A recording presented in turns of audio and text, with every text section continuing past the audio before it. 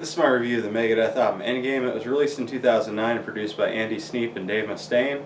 So this album has another lineup change. You have Chris Broderick replacing Glenn Drover on guitar. This is an album that I bought around the time it came out. I can't remember if it was like exactly when it came out or if it was a little bit after. I listened to this album a lot at the time. It was weird because it's one that I didn't really get into it right away.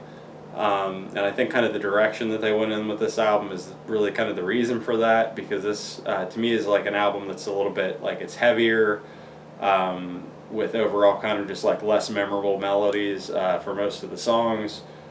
But it's one of those albums that the more I listened to it, the more I got into it, and now it's one of my favorite of this era. I don't know. I think it's. I don't like it as well as United Abominations, but I think that it's probably a little bit more consistent because it doesn't have the To the Moon repeat. The album opens with Dialectic Chaos, which is kind of a cool instrumental.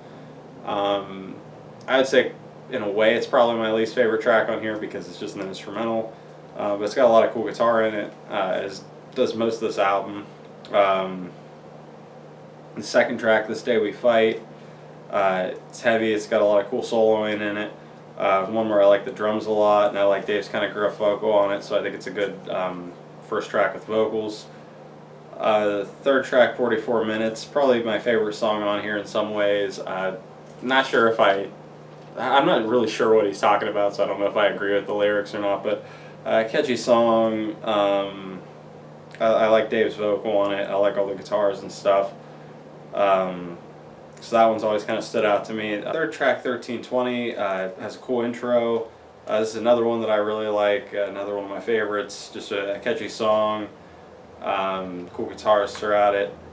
Fifth track, Bite the Hand.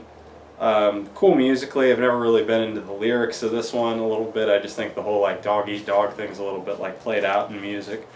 But yeah, just instrumentally, I like what's going on. The sixth track, Bodies. I like the guitar a lot in this one. I think it's got cool solos. All the riffs are cool. It's one that I hadn't thought about too much before, but it's kind of becoming one of my favorite songs on the album. Seventh track is the title track, Endgame, and this one has some talking at the beginning, which I think works pretty well on it. And I think it's a really good title track, pretty catchy. One of the more memorable songs on here. The eighth track, The Hardest Part of Letting Go, has some musical contributions by Chris Broderick. And this one is kind of like this album's a To the Moon, kind of the mega ballad. And it's not bad, not really my favorite track on the album, but it's decently catchy. The instrumental stuff's cool.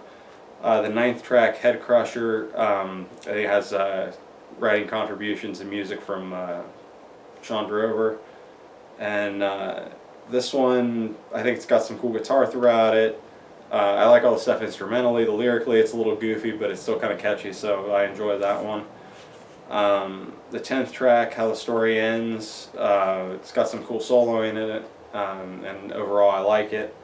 And then the 11th and final track, The Right to Go Insane, this I think is a really good closing track. It's catchy, kind of one of the more poppier songs on the album. Reminds me of kind of the Angry Again type style of song. Yeah, I think it's a pretty strong closer. So yeah, Endgame, not really one of my favorite Megadeth albums. I don't think it would make my top 5 or probably even my top 10. And like I said, after United Abominations, I was kind of a little bit disappointed with it at first, but it's one that's really grown on me. One of my favorite from this era. And I think that I don't know, they kind of go more into their heavier style here, which is I think what took me a little bit longer to get into it. Is I don't know, it's just not as melodic as some of the other stuff, not as catchy as the stuff on United Abominations. But I think that it definitely gets heavier than a lot of the stuff that he had done leading up to this.